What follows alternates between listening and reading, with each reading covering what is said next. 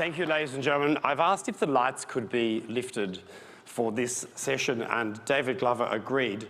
And the reason, thank you very much, is I like to see the whites of your eyes. And I like to see you as my class.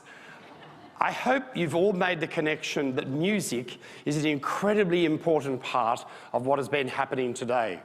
We started with the didgeridoo, an improvisation on this extraordinary instrument. We then saw a film that had been put together showing how TEDx was set up, and music actually made that film work. Without music, that film would have been a very different film. We then saw The Rabbit, that had music, a tragic end for the rabbit, but nonetheless music. And then we have had Synergy, whose piece, their percussion piece, was an improvised piece. I spoke to Brie afterwards and I said, that's clearly improvised. And she said, yes, we work on a particular pattern.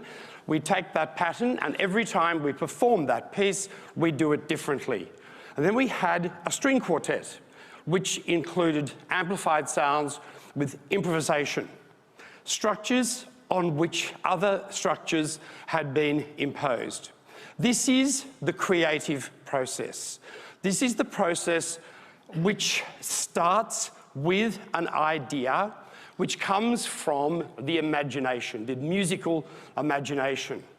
And when the musical imagination is ignited in a group circumstance, we have the most extraordinary power to change lives with music and to involve people in music. And it should start with very, very, very young children, not teenagers. Not that it's you can't start. I've taught teenagers who have had their first experience with music as teenagers. But my view is that all of that improvisation, all of that creativity you saw on the stage today is the right of every child, no matter where and no matter what the circumstance. Every child, I believe, should have access to properly taught music in the hands of a properly taught teacher. And it can start in the simplest way. Music is an oral art. And when I talk about music, I define it as sound organized in some way, passing through time. With children, we begin with imitation, the most powerful way of teaching. And if you don't mind becoming 3-year-olds, just for a minute, I promise you, a minute, I'll make my point. I'm going to clap a pattern. I want you to clap it back.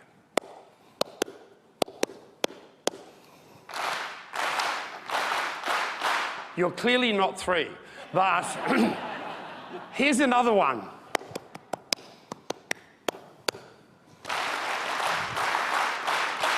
What you'll notice is you accelerate, you get louder, and you don't actually do the pattern properly.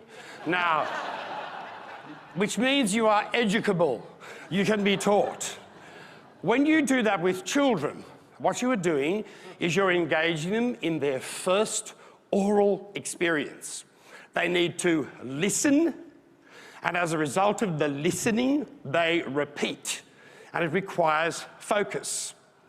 When this happens, and we take a very simple nursery rhyme, and we say, with children, we go, Humpty Dumpty sat on the wall, Humpty Dumpty had a great fall. We do this little pattern. I frequently say to the children, very young children, who can do a different pattern? Child 1 puts hand up and goes, Humpty Dumpty sat on the wall. I say, thank you very much. Who can do a different pattern? Humpty Dumpty sat. And then the next child will say, when will this be over?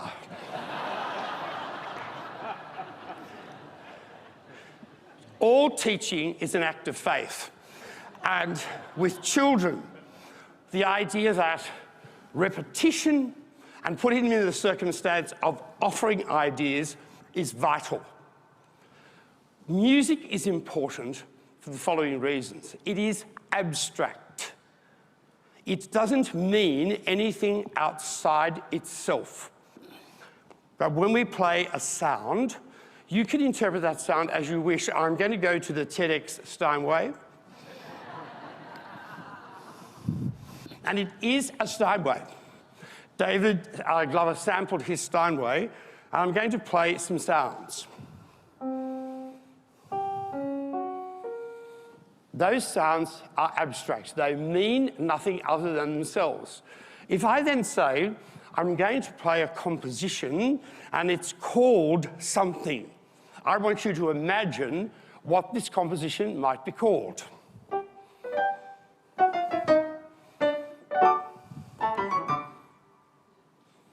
Does anyone have an idea of what that composition might be called? Probably highly forgettable. But in each person, that sort of music, any music, will evoke a different response.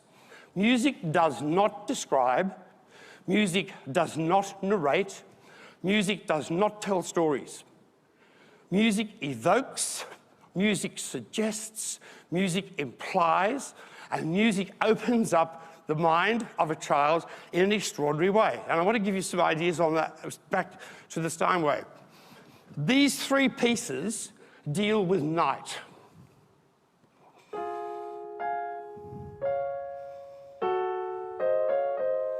Clair de Lune of Debussy.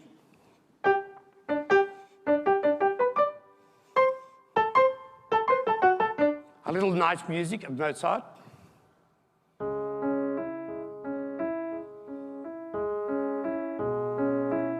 The Moonlight Sonata of Beethoven. They have nothing to do with night whatsoever. The title is simply a way in. But this abstraction about music is what offers a child the chance to move into a really special world of thinking. And we get children, therefore, to try to understand that the most important thing about music is to make your own music. Children must make their own music. It is not that they shouldn't reproduce music, but they must make their own. And they make it best through singing. That every child, given normal circumstances, has the capacity to sing. You all have the capacity to sing. Shall we test that? Yes, we shall. I'll give you a little phrase, and I'd like you to sing it back. La la la la la la la la la. La la la la la la la. Pitch better than rhythm for you lot. Very good. Now, what about if I give you a little pattern here, like foot, hand, just try that, foot, hand, and then sing this back. La la la la la la la. La la la la la la la. Now sing the whole thing from the beginning. Go.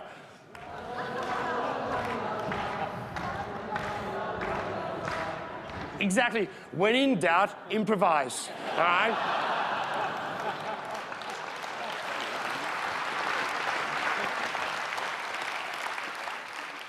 Through singing is how we engage every child. Through singing is how we teach children to be literate, to read and write. Through singing is how we teach children to analyse. I was working with a group of first-grade girls, and we were doing a song about patty cake, and I had the pitch on the board. Not they could read the pitch, but I believe they should confront the example. And throughout the lesson, we do numbers of activities. And at one stage, I said to them, let's look at the song on the board. What do you notice? And they said, one put a hand up and said, it goes up. Another said, it goes down. This little bright button at the end of the line said, well, there are crotchets and minims in that song. And everyone else in the class went, So at the end of the lesson, I like to make a summary. What have we done? It's very important for me to find out what we have done. So all sitting on the floor, I'm sitting there with it and I said, what did we do today? Nothing.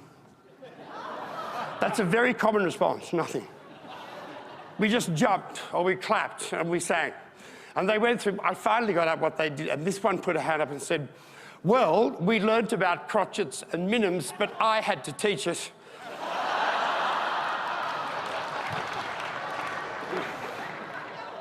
What was interesting was watching the kids go, yeah, that's true.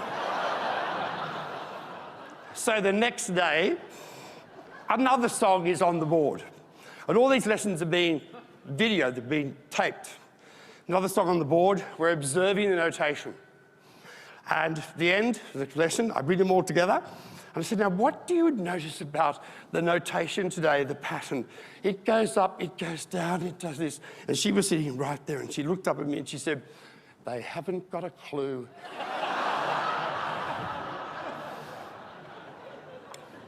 Which was tolerated by the rest of the class, that concept. They probably agreed.